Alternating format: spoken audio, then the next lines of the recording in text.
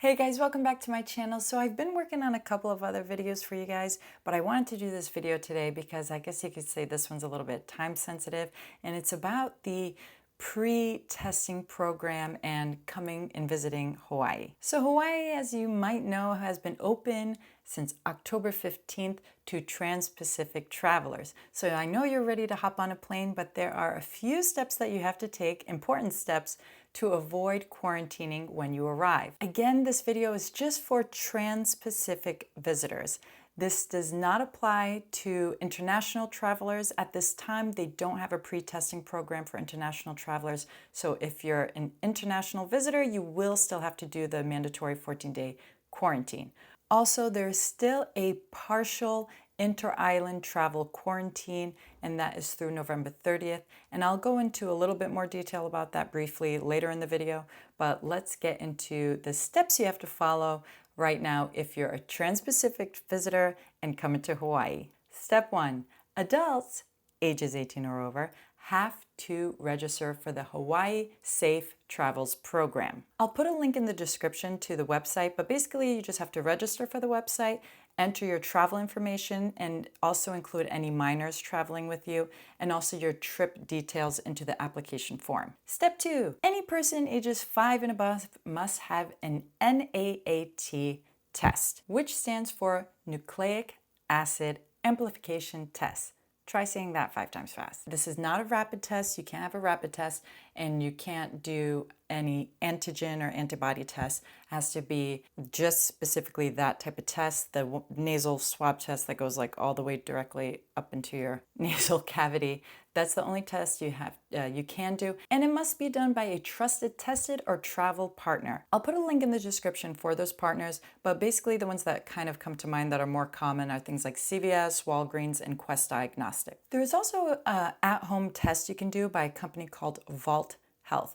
And this is actually, if not the only one, I think it is the only one, a saliva-based test.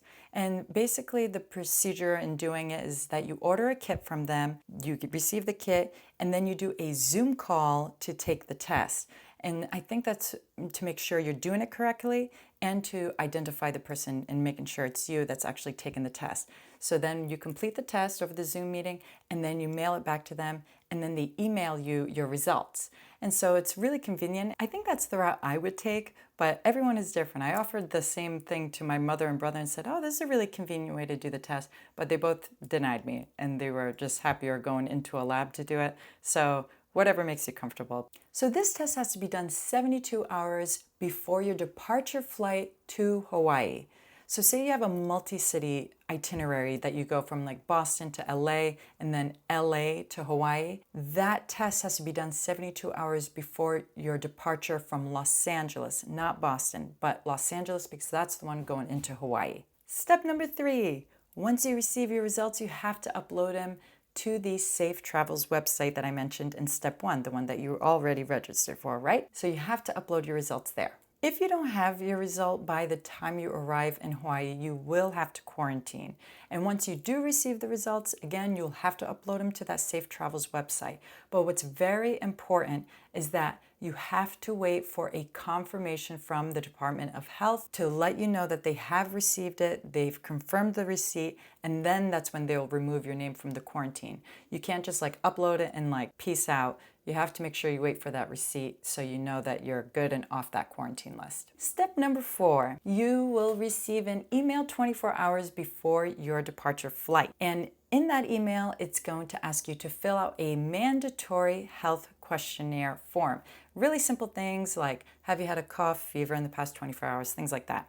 Once you complete that questionnaire, you'll receive a QR code. Now you can either print this at your home printer or you can keep it on your phone. When you arrive at the airport, you will give airport personnel that QR code, and they'll scan it and it'll have all the information that you've filled out since step 1. Another thing to note, say your final destination is Kauai, but you're going through Honolulu.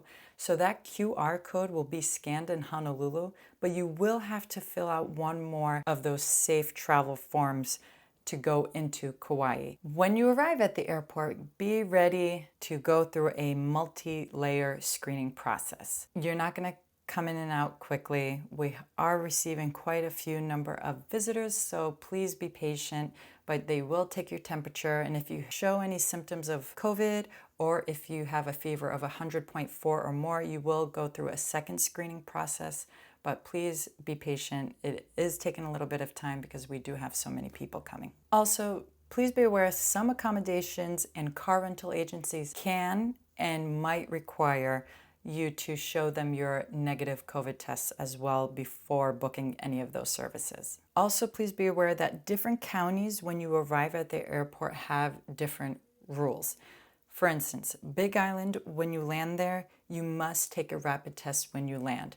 It's free of charge, it's paid for by the county, but they will not let you leave that airport until you take that rapid test. Maui is providing free voluntary tests for 72 hours after you land in Maui. And if you do the voluntary tests, they give you a Mahalo card, and that gives you big discounts at local vendors in Maui. With Kauai, they are asking visitors to pay for and take a test 72 hours after they arrive. Again, this is voluntary, but if you do take the test and pay for it, then they are giving a $150 gift certificate for local businesses that are partnering up with the county. The different counties did ask the governor to have a mandatory second test when people arrived 72 hours after arrival, but they were denied. And so now they're trying to have this incentive for visitors to voluntarily take this test. And it's just a way to kind of add a level of protection, because I think people keep forgetting we are such small islands and we're really limited in resources, so they're just trying to take that extra step in protecting everyone. Now, this part of the video is just for inter-island travelers. So like I mentioned, there's still a partial inter-island travel quarantine until November 30th, and this is just for the counties of Kauai, Maui, Lanai, and Molokai. Again, this is inter-island only, and this does not include short layovers. There is no quarantine if you're going from any of the other Hawaiian islands into Oahu. You don't have to quarantine if you're going to Oahu from any of the other islands. And you can avoid quarantine if you're visiting from another Hawaiian island by doing a 72-hour pre-test for Maui and Kauai. Big Island is the only island that is not allowing any pre-testing, and you must quarantine no matter what.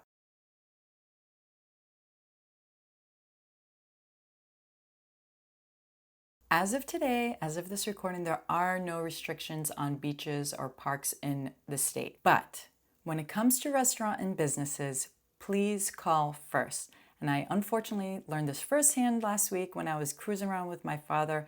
We rented a car and we went all the way to the west side. And then we were like, okay, let's go have lunch in Poipu. And almost everything was closed. And if they weren't closed, then the hours were different. So just make sure to call first. And even in Kauai, there are some restaurants that even with a negative test, they will not allow you to dine in their restaurants unless you're on the island for a full 14 days. So every place is different. Everyone has their own kind of rules and regulations, so call first. Last thing to mention is that it's true that locals are a little bit wary of having such a massive influx of visitors coming. I mean, we've already had in just a few days over 30,000 people come to the state. So that's a lot of people. And actually on the first day opening, we were only expecting 3,000 people and we got almost 10,000 people. So a lot of people coming in, and yes, it's great for businesses and stuff like that, but I can only speak for Kauai. We only have 9 ICU beds. So if things got out of hand, it would get out of hand quickly and it would just be unsustainable. So the only thing I ask, if you come to visit the state, please, please, please be respectful, be kind to others, and please, please, please wear a mask. You will not get into any businesses, at least in Kauai, that's what I know. You will not be able to enter a single business without a mask. It's really important. So please be respectful and be kind to one another and be safe, and welcome to Hawaii. Thanks for tuning in again, guys. I hope you liked this video. If you did, go ahead and click that like button. And if you guys want more of my videos on Kauai and hosting and finance and investing, go ahead and click that subscribe button. I'll see you next time.